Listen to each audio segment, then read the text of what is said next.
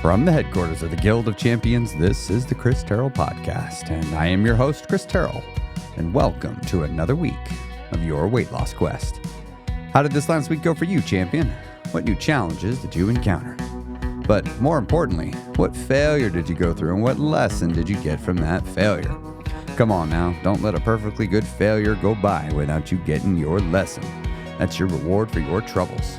Now, if you're new here, I've lost 125 pounds myself after an entire adulthood of chronic yo-yo dieting. Up, down again. Then I finally got sick and tired of being sick and tired, and I made some permanent, meaningful, and actual changes to my lifestyle, habits, routines, environment, community, and to my systems of belief. Because it's all of those things that created me, and it's all of those things that create you too. And if you want to get permanent results, you're going to have to go all the way to the source and make changes to your real life. Look, you don't become 100 plus pounds overweight without your life having a factor on that. And you don't get that big without having habits that were helping you do it.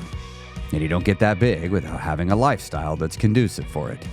And you don't get that big without an environment that supports it.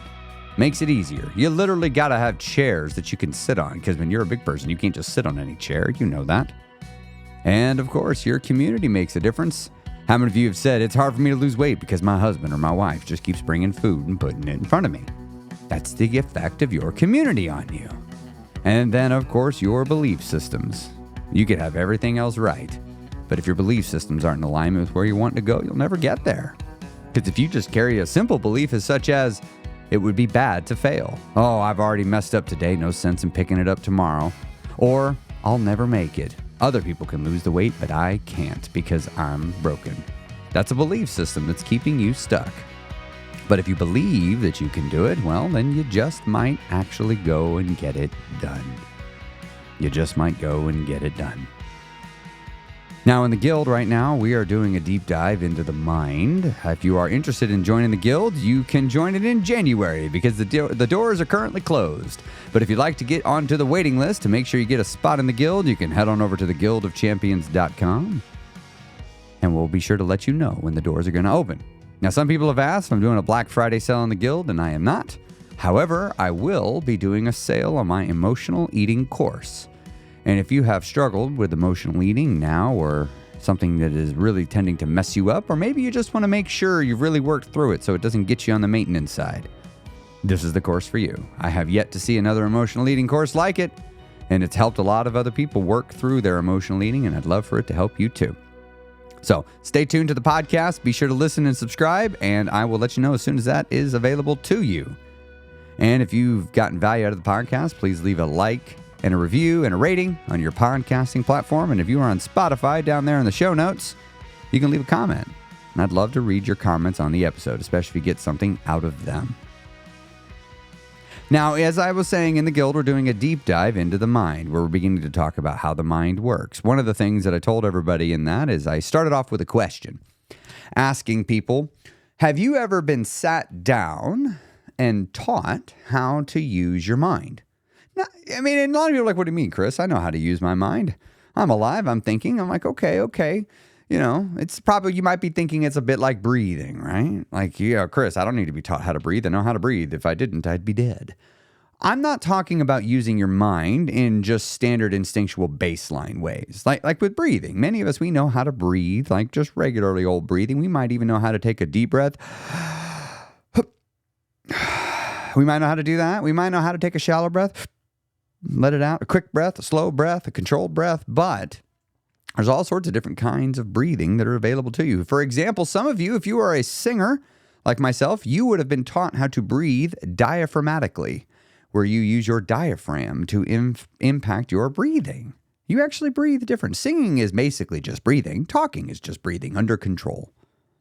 And you can learn how to do it. And your mind is much like your breath. You can learn how to use it, and your mind is far more complicated than your breathing. There's a lot more that can be done with it. And so I ask you, has anybody ever sat you down and said, let me teach you about your mind, how it works, and how you can use it, and how to get the results that you'd like to have in life? And that's what I'm teaching people how to do in the Guild. I was blessed, very blessed, to have a father that taught me about the mind growing up. I thought everybody had that. I thought everybody's parents taught them about it. I have learned that that is not the case. In fact, many, many, many people go through life and no one ever sits them down and teaches them how to use the marvelous mind that you have been given. And I, this week, would like to do the same thing I've done the last few weeks and talk about some things that I wasn't able to work into my guild meetings this week. Some things I wasn't able to work into the trainings, but that I think are important to talk about. And this week, when we're talking about the mind, we are talking about our good old buddy, fear. Fear is something that really can show up in every single person's life. We've all felt fear in our life at different points. I know you have felt it. I know I have felt it. I know I've felt it recently, and I know I'm going to feel it again in the future. I'm probably going to feel it today. I once used to think that fear was something to be avoided. Fear is something that I should not experience. Whenever I feel fear, I should back away and move away from it. Are you one of those individuals? Now, before you say yes or before you say no, let's clarify a little bit. Some of the signs that you might be letting fear show up and affect your decisions.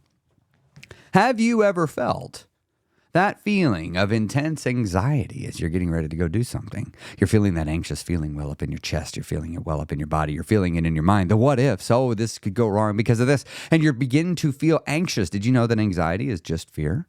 You're just feeling fear. That's all it is.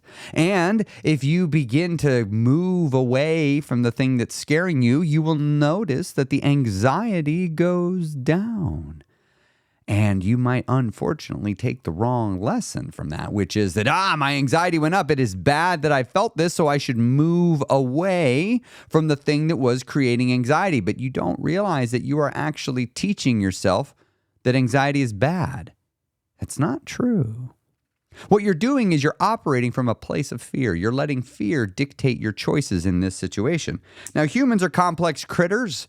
We can have fear messing us up in one part of life, but it doesn't mess us up in another. You, in fact, could be tremendously successful in one area of life and incredibly willing to take huge amounts of risk, facing massive fear. And in another part, not so much.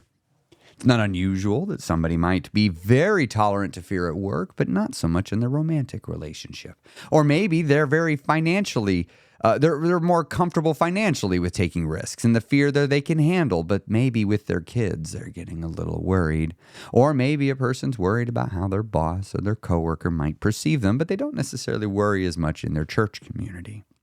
It all can vary depending on the individual. A lesson my father taught me growing up as he was teaching me about the mind is he said this: never make a decision from a place of fear. Wise words that he told me there. Never make a decision from a place of fear. Because if you make a decision from a place of fear, you will make the safe choice, which will get you mediocre results.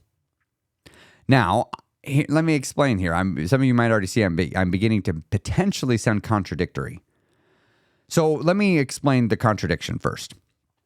I am saying when you feel anxious, many of you move away from it, and I'm about to suggest that actually you should move towards it. You should move towards the fear.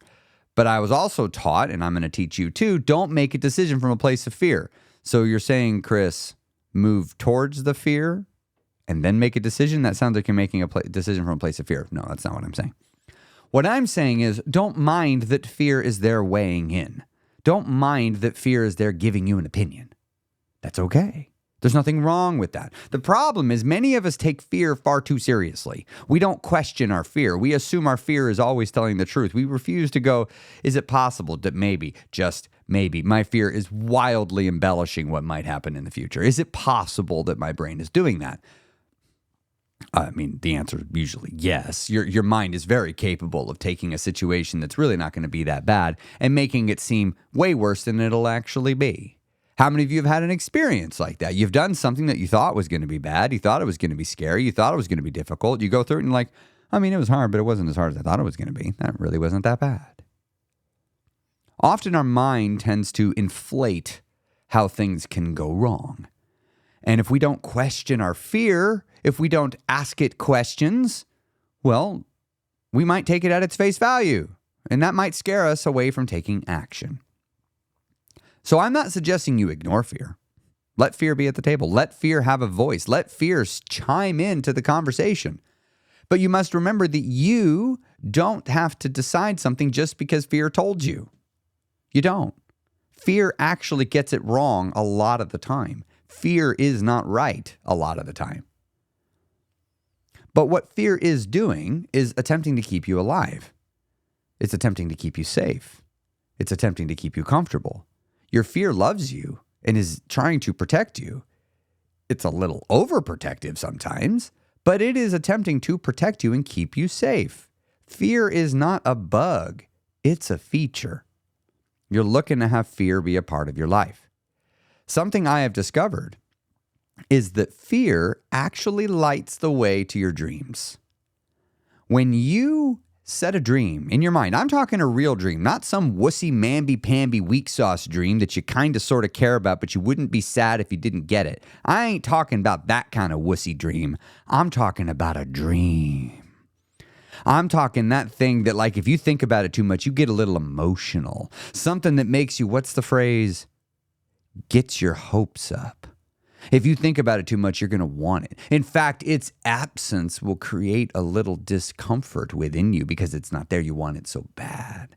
I'm talking that kind of dream. When you in your mind allow yourself to want what you don't have, that you don't even know how to get, fear often shows up to scare you out of wanting it. Because fear looks at you and says, I don't want you to feel like a failure because I know it hurts when you feel like a failure. Let me protect you from failure by showing you all the ways this could go wrong so that you don't even try. Let me have you imagine what it would be like to fail in the most epically embarrassing and shameful way possible. Because I don't want you to realize that. Are you ready to face this? That's what your fear is going to come in and do when you try to get connected to a dream. Perhaps a dream of I'm going to lose all the weight. All of it, I'm going to lose it. Perhaps it's a dream of I'm going to finally start that business I've been wanting to do. Perhaps it's the dream of I'm finally getting out of this relationship. I've had it. Perhaps it's the dream of I'm going to quit this job. I'm going to buy that house. I'm going to get that car. I'm going to go for the girl. I'm going to go for the guy. I'm going to have this conversation with my kid. I'm going to have a kid. Whatever it is, fear will often be there to attempt to dissuade you. And that's how you know you're on the right path. That's how you know you're moving towards your dream. And one of the beauties of this is a good experience. You set a dream and you feel fear and you move towards the fear and then you go away from it. You set a goal, you move towards it, you feel fear and fear scares you away and you go away from it. You set a goal again, you get closer to it, fear shows up and you're like, I'm getting sick and tired of fear scaring me away, but it's so scary. So you push even closer and fear's like, oh, really? You gonna question me? Let me show you some really scary shit. And fear can elevate it and scare you even more. And then you turn and run again. And then you come back and you feel all of this fear and you act anyway, because for the first time you operated from a place of courage. A big part of my personal transformation has been learning to operate not from a place of fear, but from a place of courage. Recognizing that there is fear within me. I have fear. Fear is a part of being a human. But I am not someone who has to do what my fear tells me. Because I am courageous. You know what courage means? It means feeling fear and acting anyway. Acting in spite of the presence of fear makes you courageous. And for you to become courageous, fear needs to be there. In fact, when fear shows up, this is not a problem. It's an opportunity. It's an opportunity to tap into your courage and to experience yourself growing. To experience your awareness to your capacity for greatness expanding. Your fear is what is going to help you unlock that. And if you don't allow yourself to feel the fear, you cannot unlock it because you don't even know it's there. Because if you're always just playing it safe, you won't ever go for anything.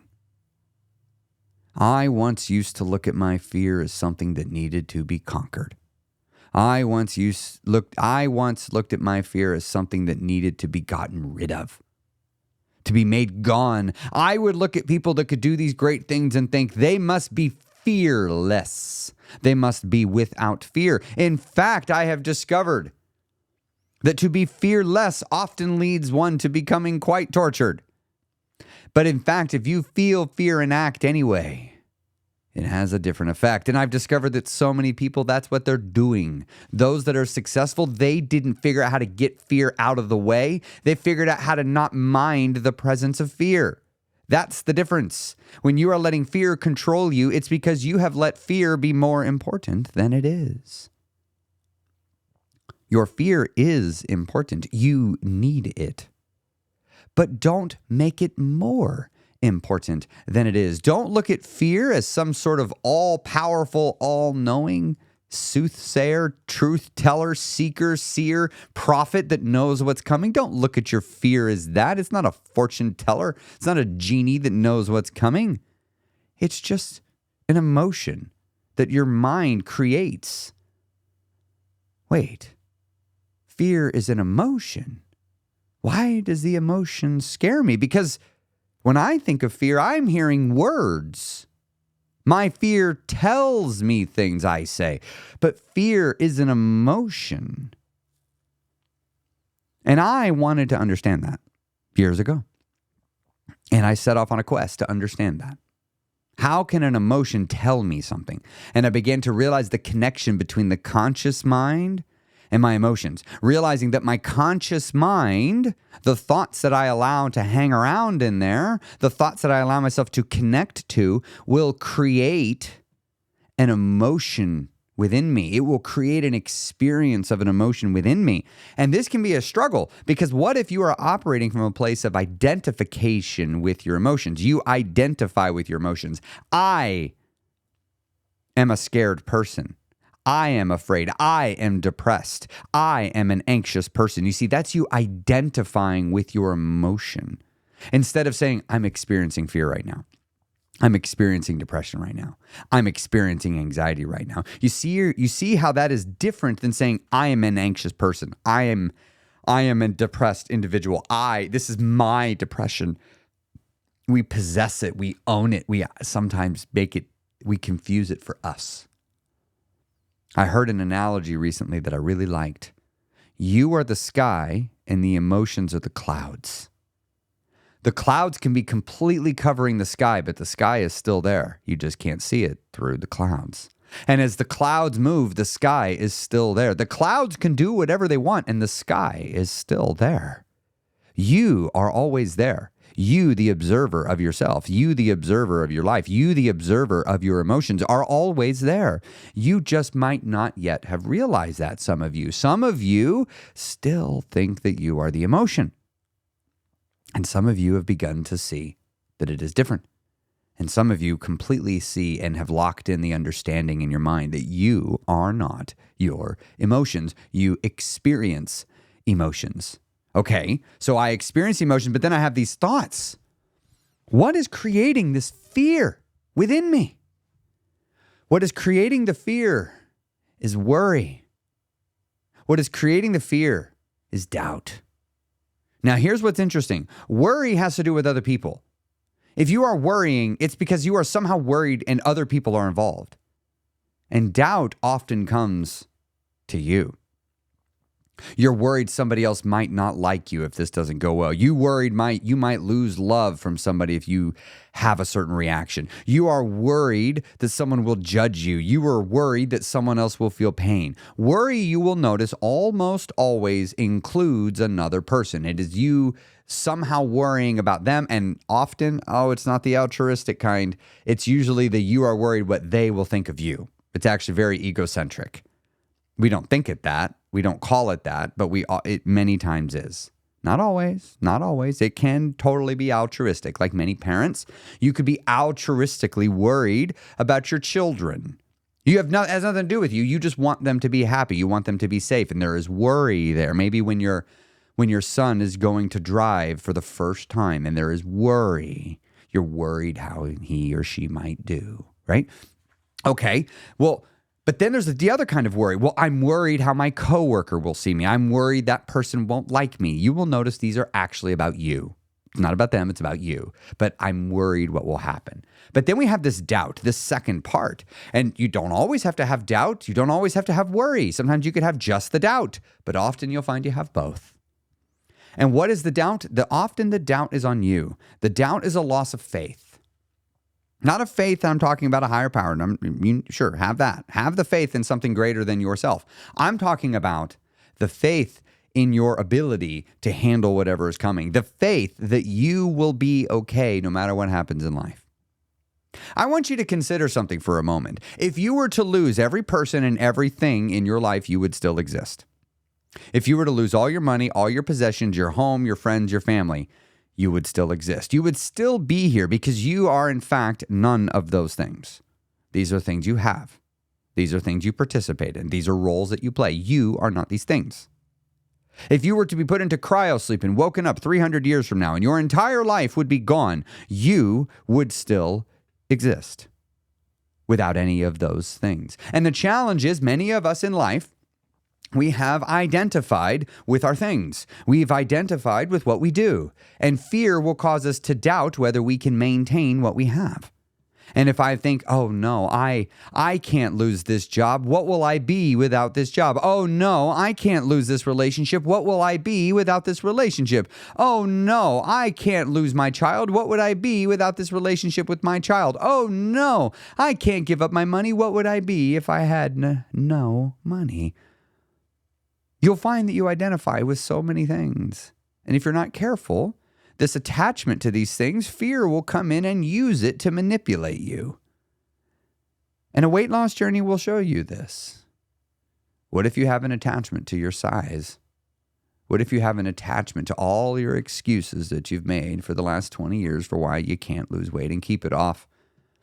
You see, if you've been making excuses for 10 or 20 years, you're going to have to work through that. Otherwise, you won't let yourself be successful. And fear is going to come in sometimes for some of you and say, oh no, that means you were wrong. Do you want to feel wrong? Don't admit you were wrong, because if you admit you're wrong, people might not take you serious. People might judge you. They might criticize you. But you will be okay. No matter what happens in your life, you'll be okay. I didn't used to think that about myself. And then I gave up most of what I had in my life because I lost the thing that mattered the most. And so I let go of everything else. And I discovered that there I was.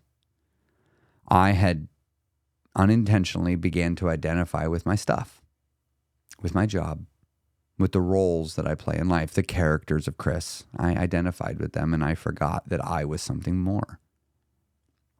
My weight loss journey helped me see that. And yours could too, if you'll let it. It doesn't have to. There are plenty of people that lose weight and they don't do any sort of personal change at all. But if you're going to go through all the hassle of losing the weight, you might as well throw a few more bonus things in there while you're at it. And perhaps you could let your weight loss journey help you evolve your relationship with your fear, because your weight loss journey will often bring you face to face with it. And you'll have to do something about it. And I hope that you do. For me, coming face to face with my fear was healing. It's left me better for having done it. And I really hope that's what happens for you on your journey. And when you notice that you are afraid, I want you to go within yourself and go within your own mind and say, what am I worried about? What am I doubting? Who am I doubting? Who do I think won't live up? Who do I think won't be okay? Who would be the victim if my fears come true? And I hate to say it, that if you can find the will to be completely clear and honest with yourself, you will find that most of the time the victim is you. You will find that often your fear is most worried about you and the effect something will have on you. Oh, if I lose my child, I will feel this. I can't endure. I. Oh, I can't lose this job because then my family won't me. I. Oh, I can't go talk to this person and break up with them because then they'll feel bad and then I will have to. You'll notice you are all over it. Your ego has your fingerprints all over fear, but it doesn't want you to know that. we don't want to admit to ourselves often that we are, in fact, becoming very self-motivated, as in we are motivated to preserve our sense of self. And our fear very much wants to do that, to help us get that done. When you feel the fear, look in your mind. What am I worried about? What am I doubting? Who is going to be the victim if my fear comes true? Or victims? Answer those questions. Look at your worst fears on the cusp of a decision and see, can I handle them? I'm willing to bet you'll find there, when you answer that question, you'll find how you operate. You'll either operate from a place of, I'm not always going to be good enough, I'm not always going to make it. Or you'll operate from a place of, I'm good enough and I'll figure it out. Or you'll find something else. I don't know what you'll find. I know that when you feel fear and you go inward and begin to ask it questions, you will get answers. And it might be scary. For some of you, your fear is an unruly child that has been ignored for a long time, and it's very much out of control, and it is no longer civilized. Some of you will need to let your fear throw its tantrums so that it can become civilized once more. Some of you will have to sit down and listen to your fear because you ain't done it for a while, and your fear is sick and tired of you not listening. And you might have to say, I'm going to do it without judgment. Now, in the Guild, I'm going to teach you a few things about fear. Don't worry, if you join it later, the courses will be there for you to watch on replay. I leave all my lessons up for replay that if you'd like to watch them. But get to know your fear. Become to value your fear. Look at it as the guide to your dreams. And don't mind the presence of fear. In fact, learn to not mind that it's there at all, and learn how to act with its presence. And then you will have become courageous.